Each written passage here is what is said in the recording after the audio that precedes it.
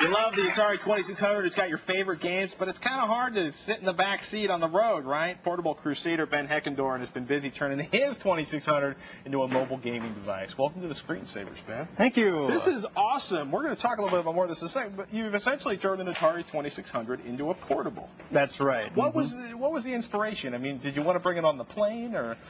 Well, you can get them on planes. It was about 4 years ago. I kind of was looking on the internet. I realized people were still interested in Ataris. I didn't think they were. And I'm like, hey, I'll build something to kind of honor the memory. You know what I'm talking about? And so I just designed it up, and at work we have the machinery that allows me to build it, make the cases, and so basically I could do it, so I did. So you basically have like, I guess, what, plastic milling, CNC plastic milling machine? Yeah, it can mill plastic or aluminum or pizzas, whatever you want to put in it. Yeah. Very cool. So basically you worked with what, you like the 2600 hardware? Because a lot of people, like, they crack a Game Boy or a Pocket PC to run an emulator. This is slick, though. It's like... Well, this is the real thing. It's not an emulator. It's the real thing. The actual board. You've also done a PlayStation. Right. Actually, I guess we have a picture of that, right? And then Nintendo.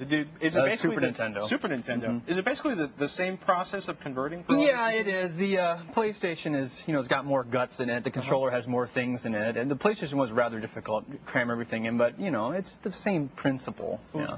Speaking of the principle, we should show. You've got a really cool video that actually shows the whole process from sketches to actual construction. Can we roll that? Okay, first I start by sketching the unit and figuring out how I want it to look, the basic shape and whatnot. Then, more importantly, I draw from the side, figuring out where all the parts go and how to fit everything into the depth that I have, in this case 1.5 inches. I then measure all the components I'm going to use, such as batteries, screens, and boards, and draw them into the computer. I then draw the cases around those things so I know it's all going to fit. I also add screw holes and other features. When everything lines up, I'm ready to make the parts. A Gerber Saber 408 CNC router uses the computer drawings to cut the parts out of a variety of materials. Here you can see the V-bit cutting a groove in what will become the front and back plates. After they are finished, the parts can then be removed from the stock. The 3/4 inch sidewalls for the unit are cut the same way. The control board, front plate, control risers, controls, control discs, screen riser, and screen plate are all routed and connected to look like this. The sides will be added later. Here's an Atari 4-switch motherboard. As you can see, it's too big for a portable, so we're going to have to modify it a little using a bandsaw. A lot of the stuff that's on the board I just don't need, and the things that I do need, such as the power regulator and extra joystick ports, I'll just wire back on later. So that must have been... How did you ruin a couple of Atari 2600 figuring this out? The first one I built, I did it on the first try. Wow. Yeah, but in the coming months after that, I did ruin quite a few while trying to improve it and learn the secrets, It's pretty amazing. This is the actual Hack 2600 board. And you reduce all that. You took about, what, 2/3 of the board off of here from the switches and stuff. Yeah, that's about right. So how do you actually make this fit into the case? Okay, well, if you go to the case here. Go ahead. It goes in right like this, the 4x4, right like that down into the spacing, and then what we do is, we have the second player joystick port. That goes down here so you can plug in a second joystick and, fight your friends in combat. There it goes. There's an aux power input, run it off the wall. That's what a lot of people do that. I was going to say the battery life. Well, and the batteries they're expensive. I mean, they're not like AAs. And there's a AV output jack. Plug it into your television, You'll never see that in a portable. And then, yeah.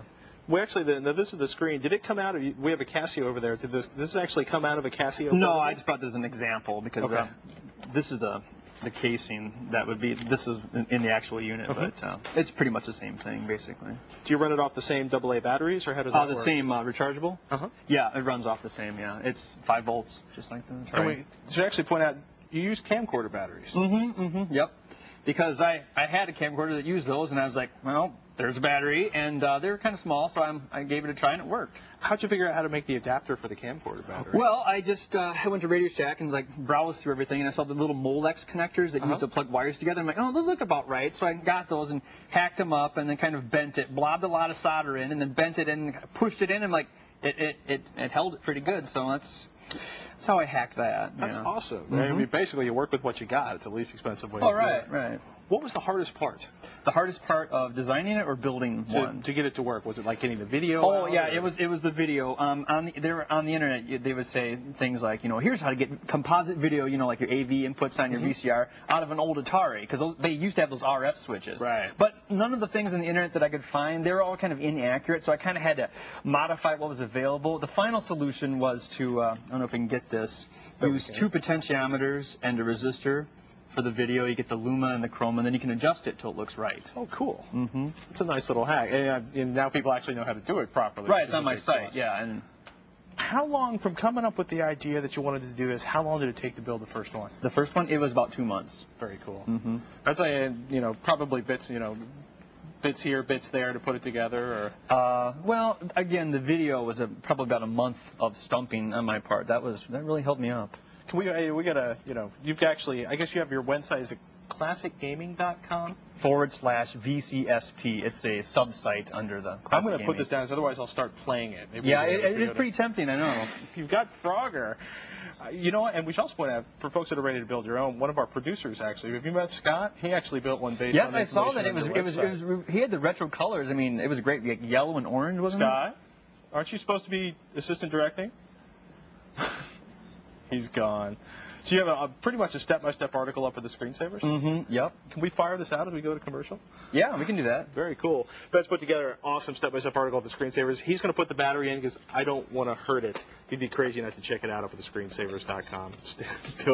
Stay put. Our ultimate gaming machine is needing an ultimate monitor, and after the break, can Allie do wireless gaming with a kick? We'll see if the mobile 64-bit processors are anywhere near shipping when the screensavers continues.